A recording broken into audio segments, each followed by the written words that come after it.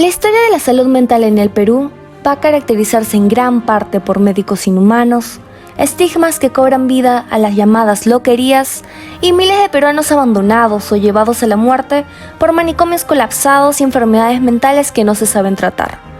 Es la creación de esta figura representativa de la evolución de la psiquiatría y salud mental peruana, el Hospital Víctor Larco Herrera, creado en 1918, lo que marcará el inicio de lo que será el tratamiento sin violencia y exclusivo a los internos padecientes de trastornos mentales y una nueva forma de ver la medicina mental para el surgimiento de la psicología. Acompáñenos a mí y a mis compañeras a incursionar en esta historia. Sí, algo dolorosa e impactante, pero que alimenta la esperanza que cada día la salud mental pueda mejorar en el Perú. Comenzaremos hablando sobre lo que estaba sucediendo en el siglo XIX, primero tocando temas como los primeros manicomios y su situación. En el siglo XIX no había mucha accesibilidad a los servicios de salud.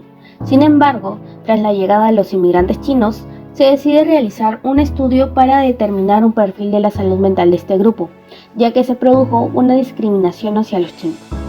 Este estudio se lleva a cabo por Hermilio Valdizán, luego de la abolición de la esclavitud dada por Ramón Castilla, y los resultados se encuentran en los archivos del manicomio del Cercado de Lima, conservados en el Hospital Víctor Larco Herrera.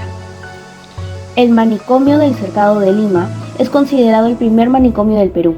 Sin embargo, en el siglo XVI se construyeron dos hospitales en Lima, uno para mujeres y otro para hombres, ambos con un área psiquiátrica. En diciembre del año 1859 se fundó el Hospital Civil de la Misericordia o Manicomio del Cercado de Lima, siendo el primer hospital destinado a brindar atención a enfermos mentales y teniendo como su director al Dr. Casimiro Ulloa. Sin embargo, no pasó mucho tiempo para que la capacidad del espacio de este hospital sea insuficiente, ya que se presentó una sobrepoblación en 1860. Por esta razón se propone la construcción de un establecimiento más y se da lugar al concurso de Nicolás de Piérola y el proyecto del Larco Herrera. Ahora seguimos con el antiguo tratamiento del siglo XIX y el nuevo tratamiento del siglo XX. Un antiguo tratamiento que se puede mencionar es el de Casimiro Ulloa, el cual se conocía como el tratamiento moral. Este se basaba en que la locura era curable, que la persona, a pesar de haber perdido el juicio, conservaba una parte sana que había que rescatar y con la cual era posible la comunicación con el médico, que empezó a ser llamado alienista. Dicho esto, se podría considerar a Casimiro Ulloa como el primer alienista del Perú. También se puede comentar que en el Hospital de la Misericordia había otro tipo de tratamiento mucho más violento, el cual se conocía como un tratamiento represivo, que consistía en el uso de la cuja o jaula donde se recluía a los pacientes cuando estaban agitados. Muchas veces estos pasaban 24 horas recluidos en la jaula. Durante el siglo XX empezaron a posicionarse una variedad de tratamientos psicológicos, de los cuales los más destacados son el psicoanálisis, la terapia cognitivo-conductual, la terapia cognitiva y el humanista. De estas cuatro, la que estadísticamente es más eficaz es la terapia cognitivo-conductual en la actualidad. Conocer del Hospital Víctor Larco Herrera es fundamental para entender la situación de los pacientes en el siglo XX. El reconocido médico psiquiatra Honorio Delgado publicó un estudio llamado La psiquiatría y la higiene mental en el Perú, un análisis estadístico de la situación médica dentro del Hospital Larco Herrera en 1936. Nos basaremos de esta fuente para comprender lo que realmente sucedía en estos años dentro del hospital psiquiátrico.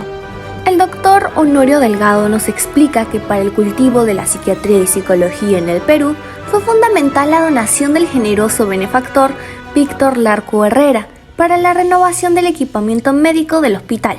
Las conocidas sillas de fuerza y cujas habían desaparecido casi por completo y se optó por un centro psiquiátrico con una atención preferencial al enfermo, habitaciones abiertas y grandes hectáreas de zonas agrícolas para utilizar el trabajo como una estrategia psicológica y soporte económico. El médico que lo sucedió fue Hermilio Valdizán, el primer médico psiquiatra con formación académica y con una gran vocación a la enseñanza. Es así como Valdizán opta por iniciar la enseñanza especial de la psiquiatría en 1916 en la Facultad de Medicina en Lima, siendo él uno de los profesores. Esto permitió más adelante la fundación de la Sociedad Peruana de Psiquiatría en 1923 y la publicación de la revista de salud mental más importante de la época, la Revista de Psiquiatría y Disciplinas Conexas, entre los años de 1917 a 1924.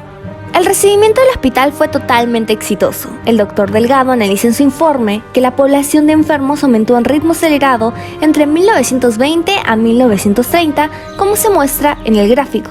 En comparación con los informes del manicomio del Cercado, entre el primer periodo de 1859 a 1891 se esperan 32 años para duplicar la cifra de internados, más en los dos últimos periodos pertenecientes al Hospital Larco Herrera de 1923 a 1935, solo en 12 años casi se completa la duplicación.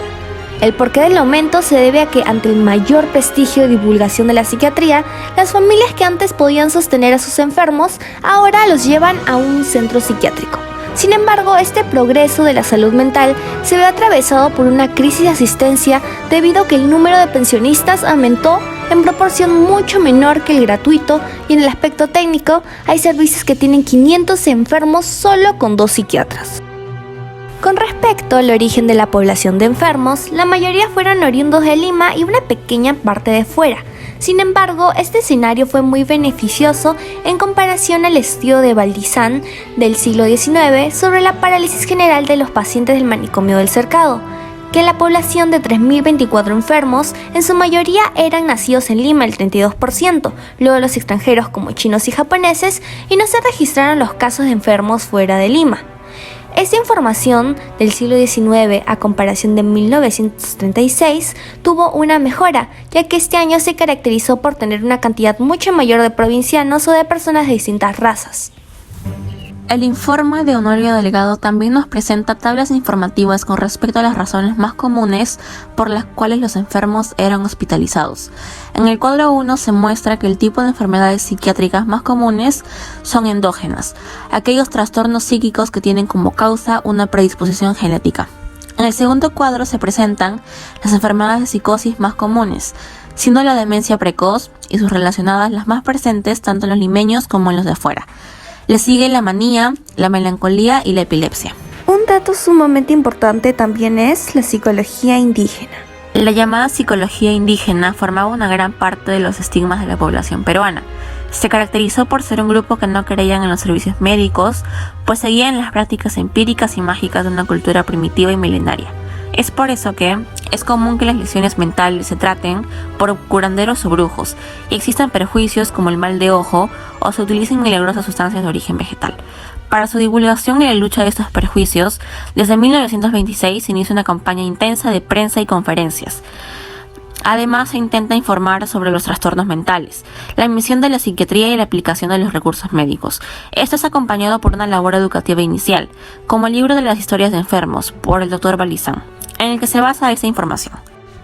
Exploraremos ahora 3 zonas del Hospital Larco Herrera, dando una pequeña descripción de sus interiores y los diferentes aparatos o objetos que se encuentran.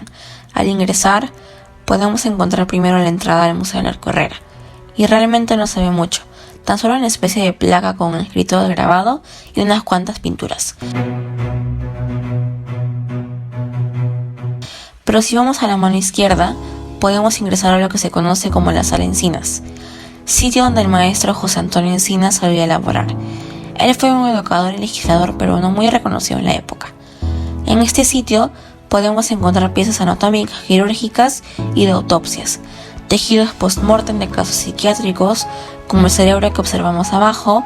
Un poco al lado derecho vemos una cámara fotográfica de registros que fue empleada en aquellos tiempos, un microscopio utilizado para ver preparados histológicos, por acá un horno especializado para fundir parafina y por último un micrótomo, que es un objeto cuya finalidad es laminar los tejidos post-mortem. Regresando a la entrada del Museo Larco Herrera y siguiendo de frente, podemos ingresar finalmente a la Pinacoteca o Galería de Mente. El término mentes hace referencia a los internos del asilo, el cual, a diferencia de la demencia, que alude a un estado temporal, la amencia describía un estado permanente y por tanto era necesario mantenerlos encerrados, ya que se encontraban fuera de la normalidad mental. En el interior de esta sala se pueden visibilizar dibujos o pinturas que contienen diferentes significados y demuestran el mundo interior de cada paciente. Ahora continuamos con la colección Pintor Esquizofrénico. En un documento del Ministerio de Salud sobre el tour virtual del Larco Herrera, se menciona que el museo expone pinturas y obras de varios pacientes de los años 30 y 40 del siglo pasado, así que podemos deducir que el autor estuvo ubicado por esas épocas. A nuestro lado izquierdo podemos ver 4 pinturas, las cuales son 2 pinturas de paisajes y 2 pinturas de rostro de mujeres. Y a nuestro lado derecho vemos una pintura de un hombre parado en una habitación. En la sala de instrumentos médicos podemos ver una sala donde se conservan los instrumentos médicos del manicomio del Cercado y el Hospital Víctor Larco Herrera. Algunos de estos son jaula de madera, grilletes, equipos de electroshock, resucitadores y accesorios para tratamiento de hidroterapia.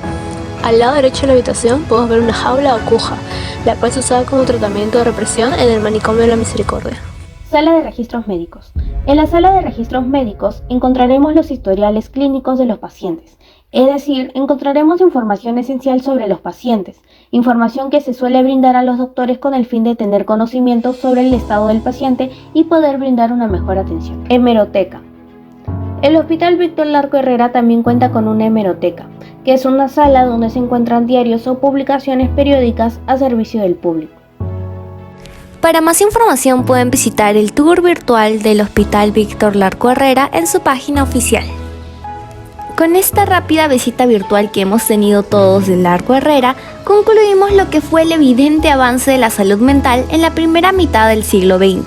Aún así no será hasta el año 1954 cuando la Sociedad de Psicología Peruana será fundada para una mejor atención e investigación sobre la mente humana y sus tratamientos, y seguidamente la Universidad Nacional de San Marcos incluirá entre sus carreras a la psicología. El Hospital Víctor Larco Herrera, sin duda, fue el motor hacia el ascenso de la salud mental peruana junto a médicos psiquiatras importantes como Valdizán y Delgado, que aportaron el tratamiento de enfermedades mentales y permitieron el gran paso hacia el progreso que hoy en día estamos teniendo en el área de la salud mental.